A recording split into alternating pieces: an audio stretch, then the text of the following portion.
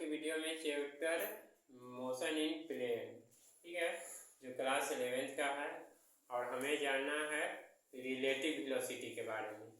और ये relative velocity हमारे एवरीडे लाइफ में होता रहता है। जैसे कभी हम लोग सफ़र करते हैं, मान लेते हैं ट्रेन से जाते हैं, तो ट्रेन से जाते हैं तो स्टेशन पर देखते हैं क्या, यानी दो ट्रेन है और दोनों ट्रेन की क्या होता है कि सेम डायरेक्शन में जाते हैं, ठीक है। तो एक का जाने का जो होता है ना, मतलब एक मान लिया ये ईस्ट की तरफ गया तो दूसरा क्या हुआ कि वेस्ट की तरफ गया, ठीक है। तो इसमें बताया जाता है क्या, मतलब दो ट्रेन है तो दोनों क्या है, मोशन में ही है, ठीक है। और मोशन में ही है, अब मोशन में है लेकिन वह एक दूसरे के क्या है, रिलेटिव के कंडीशन में, यानी रिलेटिव कहने का मतलब है तो पैरेलल में ही है ना, और पैरेलल में है लेकिन अपोजिट डायरेक्शन है, डायरेक्शन उसका क्या हो गया, अपोजिट में हो गया, तो उसे हम बोलते हैं रिलेटिव वेलोसिटी बोलते हैं। यानी पैरेलल है दोनों लेकिन डायरेक्शन दोनों का क्या हो गया, अपोजिट हो गया, वह हो गया रिलेटिव वेलोसिटी हो गया, ठीक है। तो रिलेटिव वेलोसिटी है। या कभी कभी ऐसा होता है जैसे हम लोग ट्रेन में बैठे हुए हैं और दूसरा बगल से आ रहा है, तो लगता है क्या है, हम लोग का ट्रेन स्टार्ट हो चुकी है, चल रहे हैं, लेकिन हम लोग क्या है, रेस्ट कंडीशन में है और वो हमारे पैरेलल में जो आता है मोशन में तो वो रहता है, तो हमारे अपेक्षा वो अदर वाले ट्रेन क्या हो गया, मोशन में, हम लोग रेस्ट में है, तो उसे भी बोलते हैं रिलेटिव वेलोसिटी। क्योंकि हम लोग को भी जाना है ईस्ट में, यानी ईस्ट डायरेक्शन में भी, और पीछे से ट्रेन आई, ऐसा इवेंट होता है, घटित होता है, तो पिछला वाला भी जो ट्रेन आया तो वह क्या हुआ, आगे निकल गया, ठीक है। तो पैरेलल बटे हुए और हम लोग क्या है, रेस्ट कंडीशन में ही, हमें भी जाना है उसी के डायरेक्शन में, लेकिन उसकी अपेक्षा क्या है, हम लोग पीछे रह गए, है ना।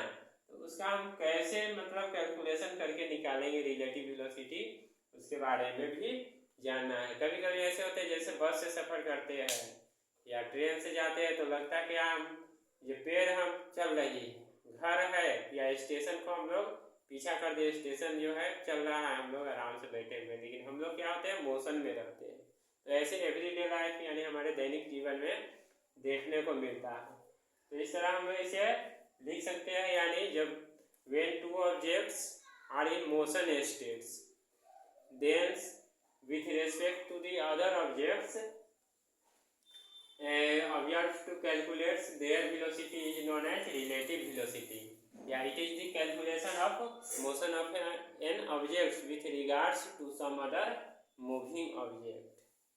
ठीक है, लिखेंगे इस तरह, it is the calculation of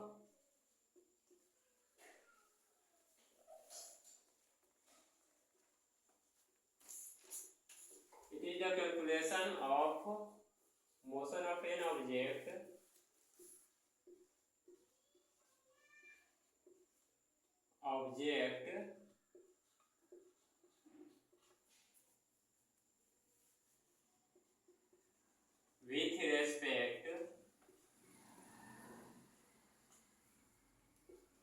to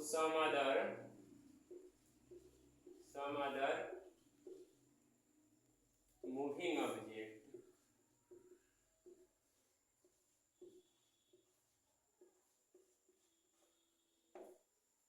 ठीक है।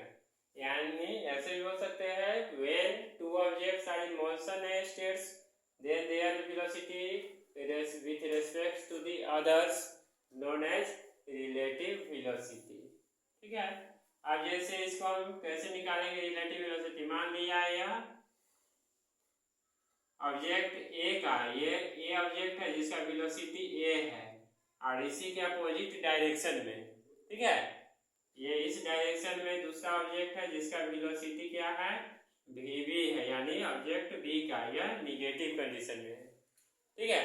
तो अब हमें निकालना क्या है, इसमें रिलेटिव वेलोसिटी, क्या निकालना है, रिलेटिव वेलोसिटी, लिखेंगे V A minus V B, ठीक है।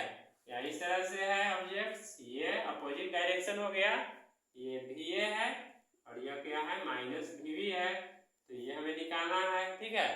तो इस तरह हम निकालेंगे वी ए माइनस, यानी डिस्प्लेसमेंट की कंडीशन में, ध्यान से यहाँ देखना, ये डिस्प्लेसमेंट